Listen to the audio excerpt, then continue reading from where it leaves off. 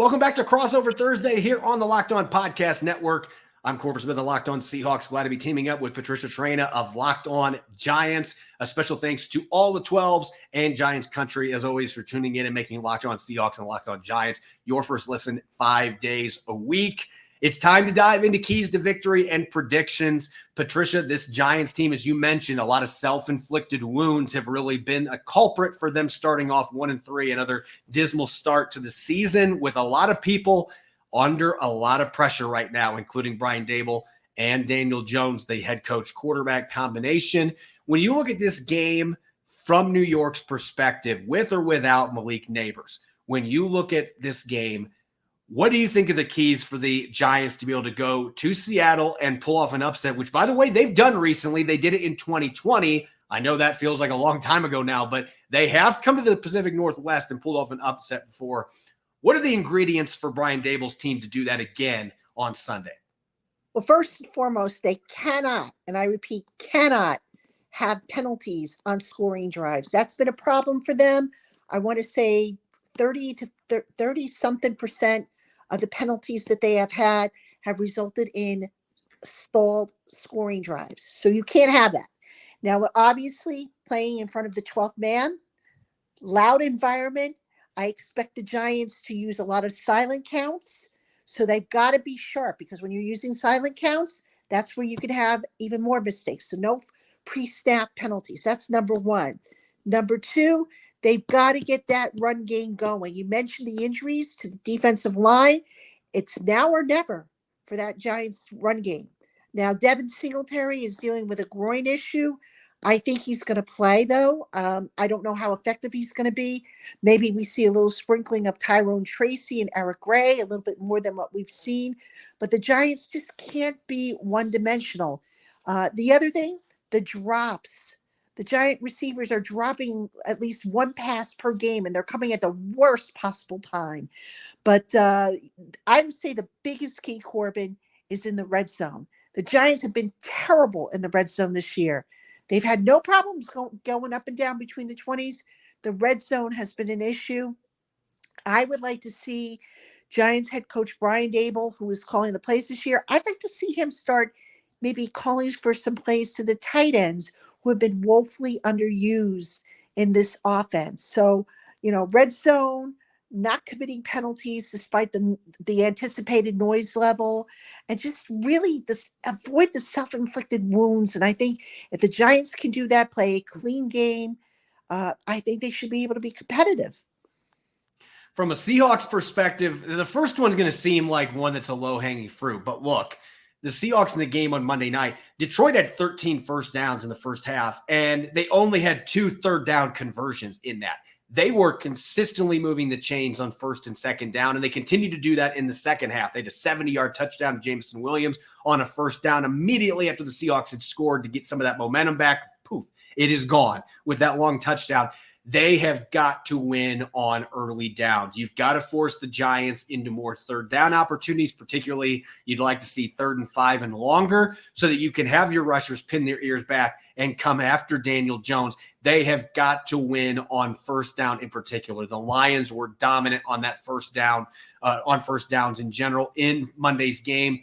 If the Seahawks continue to have issues giving up fairly sizable run plays and giving up long completions on first down, even 7-8 yard completions to set up a favorable second down, they have got to have a much higher hit rate in terms of winning on those early downs defensively. And I think if they can do that, it's going to open up the pass rush. It's going to open up opportunities for turnovers. They weren't able to get those dominoes going on Monday night. So they've got to be able to play at a higher level on first and second down on defense. Penalties, I'm going to go with a familiar theme with you. This has been a team that's been penalized a lot, and unfortunately, it hasn't been mostly penalties that you can live with. There's always good penalties in terms of effort, but those have not been a lot of the penalties Seattle's been having called against them. They have got to find a way to play more disciplined football, and this is on both sides of the ball, because if you are giving free yardage to the underdog, that dramatically improves their chances to come into Seattle. In fact, I remember 2020, that was a big problem for the Seattle Seahawks in that game. They had a lot of penalties that kept Colt McCoy and company in that game, and they ended up winning it. And from an offensive standpoint, just get the darn ball to your skill players. You mentioned the struggles that Deonte Banks has had, and just in general, it feels like Dexter Lawrence by himself has been able to neutralize some of the issues that the Giants have had defensively just because of how dominant he is. Seattle knows that firsthand. Blocking him is always difficult, but can you get the ball to DK Metcalf and your playmakers? Because this feels like a Giants secondary that's ripe for giving up some big plays. You got to give Geno Smith the time to be able to do that, though. So it boils down to the pass protection. I'm saying this: 2 or fewer sacks, 5 or fewer quarterback hits. To me, those are the magic numbers. If they can do that and Geno is able to get the football to his receivers, especially with home field advantage, I'd feel really good about the Seahawks being able to bounce back and win this football game against the Giants secondary that, quite frankly, on tape, I have not been that impressed with here in these first few games. Let's get to the predictions now, shall we? Obviously, we're going to have our score predictions on our Friday shows, but as we do every week, we're going to look at the spread and discuss some predictions from that standpoint. And right now, Patricia, the Giants are 6.5-point underdogs heading into this week with a 43.5-point over under. So it's lower than last week, Giants and Lions Seahawks game, but it's a 6.5-point spread. Considering New York's season so far, starting 1-3, they have to travel cross country to Lumen Field.